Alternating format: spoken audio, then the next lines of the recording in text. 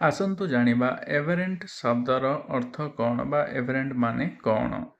ଏଭରେଣ୍ଟ ଶବ୍ଦର ଅର୍ଥ ହେଉଛି ଅସ୍ୱାଭାବିକ, ଭ୍ରାନ୍ତ, ବିପଥଗାମୀ, ଅସଦାଚାରୀ ବା ନିୟମ ଲଙ୍ଘନକାରୀ।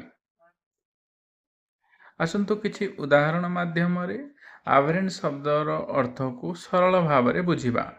His aberrant behavior surprised everyone। ମାନେ ତାଙ୍କର ଏହି ବିକୃତ ଆଚରଣ ସମସ୍ତଙ୍କୁ ଆଶ୍ଚର୍ଯ୍ୟ କରିଥିଲା। ଏଠାରେ ଆଭରେଣ୍ଟ ଶବ୍ଦର ଅର୍ଥ ହେଲା ବିକୃତ ଆଚରଣ, ସରପ୍ରାଇଜର ଅର୍ଥ ହେଲା ଆଶ୍ଚର୍ଯ୍ୟ କରିଥିଲା, ଏଭ୍ରିୱାନ୍ ଶବ୍ଦର ଅର୍ଥ ହେଲା ସମସ୍ତଙ୍କୁ। ଆଉ ଗୋଟେ ଉଦାହରଣରେ ବୁଝିବା। ସାଇଣ୍ଟିଷ୍ଟ ଷ୍ଟଡିଏଡ୍ ଦ ଏଭରେଣ୍ଟ ରିଜଲ୍ଟସ୍। ମାନେ ବୈଜ୍ଞାନିକମାନେ ଏହି ଅସ୍ୱାଭାବିକ ଫଳାଫଳ ଗୁଡ଼ିକର ଅଧ୍ୟୟନ କରିଥିଲେ।